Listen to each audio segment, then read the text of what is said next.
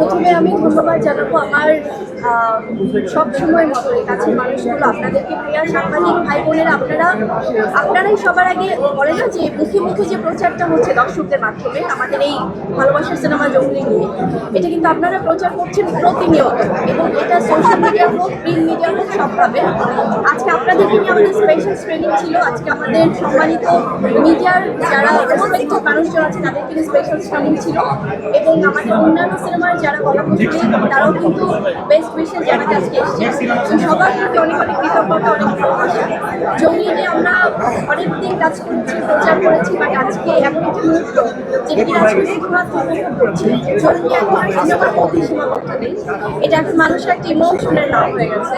তো যার জন্য এখন সবাই সব জায়গা থেকে জঙ্গলি সিনেমাকে দেখছেন। ইতিমধ্যে তো আমরা জানি যে জঙ্গলি দেশের বাইরে রিলিজ পাচ্ছে আগামী 25শে এপ্রিল।